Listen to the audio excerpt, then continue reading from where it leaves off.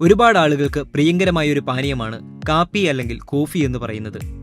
ലോകത്ത് petrol, diesel പോലെയുള്ള എണ്ണ ഉൽപ്പന്നങ്ങൾക്ക് ശേഷം 2ാം സ്ഥാനത്ത് ഏറ്റവും അധികം വിൽക്കപ്പെടുന്നത് കാപ്പിയാണ് എന്നുള്ളത് ഒരു സത്യമാണ്. എന്തുകൊണ്ടാണ് ഈ ചെറിയ കയ്പുള്ള ഈ വസ്തു ആളുകൾക്ക് ഇത്രയും പ്രിയങ്കരമാവാൻ കാരണം?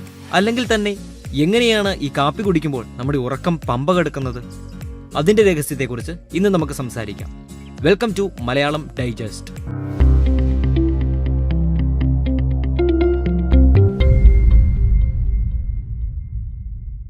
ഇത് മനസ്സിലാക്കണമെങ്കിൽ ആദ്യം നമുക്ക് ഉറക്കം വരുന്നത് എങ്ങനെയാണെന്ന് നമ്മൾ മനസ്സിലാക്കണം.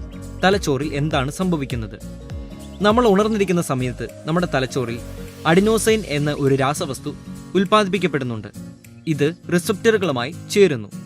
ഈ അഡിനോസൈൻ റിസപ്റ്ററുകളുമായി ഇത് ചേരുമ്പോൾ ഇതിന്റെ സാന്ദ്രത നമ്മുടെ തലച്ചോറിൽ കൂടുന്തോറും നമ്മുടെ ക്ഷീണം കൂടിക്കൂടി വരും.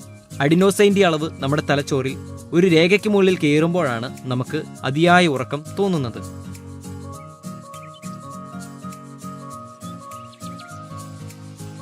നമുക്കെല്ലാവർക്കും അറിയാം, കോഫിയിൽ കഫൈൻ എന്ന് പറയുന്ന ഒരു രാസവസ്തു ഉണ്ട്. ഈ കഫൈൻ്റെ ഘടനയും നമ്മുടെ ബ്രെയിനിൽ ഉൽപ്പാദിപ്പിക്കപ്പെടുന്ന അഡിനോസൈൻ എന്ന രാസവസ്തുവിന്റെ ഘടനയും ഏകദേശം സാമ്യമുള്ളതാണ്.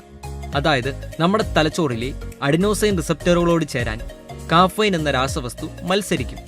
അഡിനോസൈൻ ഇരിക്കേണ്ടടുത്ത് കാഫൈൻ കയറിയിരിക്കുമെന്നർത്ഥം. അപ്പോൾ നമുക്ക് ഉറക്കം തോന്നുകയില്ല.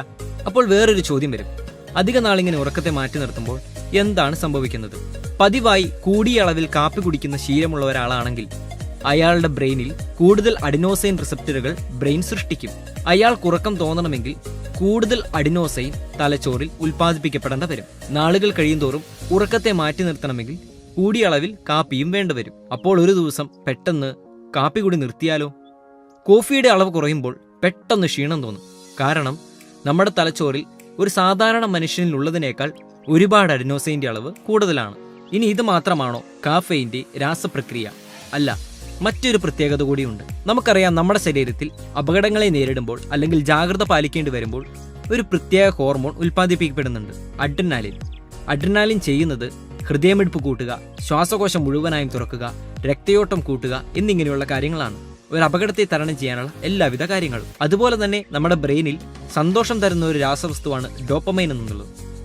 ഈ 2 ഹോർമോണുകളെയും ഉൽപ്പാദിപ്പിക്കാൻ കോഫി സഹായിക്കും എന്നുള്ളത് കൂടി നമ്മൾ മനസ്സിലാക്കേണ്ടതുണ്ട്. ചുരുക്കി പറഞ്ഞാൽ, കൊക്കൈൻ എന്ന ഡ്രഗ് ചെയ്യുന്ന കാര്യം തന്നെയാണ് കാപ്പി ഒരു ചെറിയ അളവിൽ ചെയ്യുന്നത്. കോഫി ഒരു ചെറിയ അളവിൽ നമ്മുടെ ശരീരത്തിൽ കൊക്കൈൻ്റെ പ്രവർത്തനം തന്നെയാണ് നടത്തുന്നത്. കോഫി പലപ്പോഴും ഒരു ഡ്രഗിന്റെ സ്വഭാവം കാണിക്കുന്നതും വീണ്ടും വീണ്ടും കുടിക്കാൻ തോന്നുന്നതും ഇതുകൊണ്ടൊക്കെ തന്നെയാണ്. ഇനി കോഫി കുടിക്കുന്നതിൽ അപകടമുണ്ടോ? ഇത് നമ്മുടെ ശരീരത്തിന് ഹാനികരമാണോ? അതുകൂടി നമുക്ക് നോക്കാം. ഒരാരോഗ്യമുള്ള ശരീരത്തിൽ 150 മില്ലിഗ്രാമാണ് ഓരോ കിലോയ്ക്കും വേണ്ടത്. അതായത് 150 മില്ലിഗ്രാം പെർ കിലോഗ്രാം. ഒരു 70 കിലോയെങ്കിലും ഭാരമുള്ള ഒരു ആരോഗ്യമുള്ള മനുഷ്യനെ സംബന്ധിച്ച് 14,000 മില്ലിഗ്രാമിന് മുകളിൽ പോയാലാണ് ഓവർഡോസ് ആവുകയുള്ളൂ. ഒരു കപ്പിൽ ഏകദേശം 150 മില്ലിഗ്രാമാണ് ഉള്ളത്. അതായത് ഒറ്റയടിക്ക് ഒരാളുടെ ശരീരത്തിൽ 14,000 മില്ലിഗ്രാം കഫീൻ വേണമെങ്കിൽ 70ഓളം കപ്പുകൾ നമ്മൾ കുടിക്കണം. പക്ഷേ ഇത് അസാധ്യമായ ഒരു കാര്യമാണ്. കാരണം ഒരു 30-35 കപ്പുകൾ എത്തുമ്പോൾ തന്നെ നമുക്ക് പല രീതിയിലുള്ള ബുദ്ധിമുട്ടുകൾ നമ്മുടെ ശരീരത്തിൽ നമുക്ക് അനുഭവിക്കാൻ തുടങ്ങും. ഹല്ലൂസിനേഷൻസ്, തലകറങ്ങുന്നത് പോലെ അങ്ങനെ പലതും തോന്നാൻ തുടങ്ങും.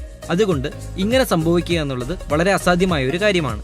ചുരുക്കി പറഞ്ഞാൽ, ദിവസത്തിൽ അതായത് 24 മണിക്കൂറിനിടയിൽ 1 മുതൽ 3 കപ്പ് വരെ നമുക്ക് കാപ്പി കുടിക്കാവുന്നതാണ്. അതിൽ കൂടുമ്പോൾ മാത്രമാണ് അപകടങ്ങൾ ഉണ്ടാകുന്നത്.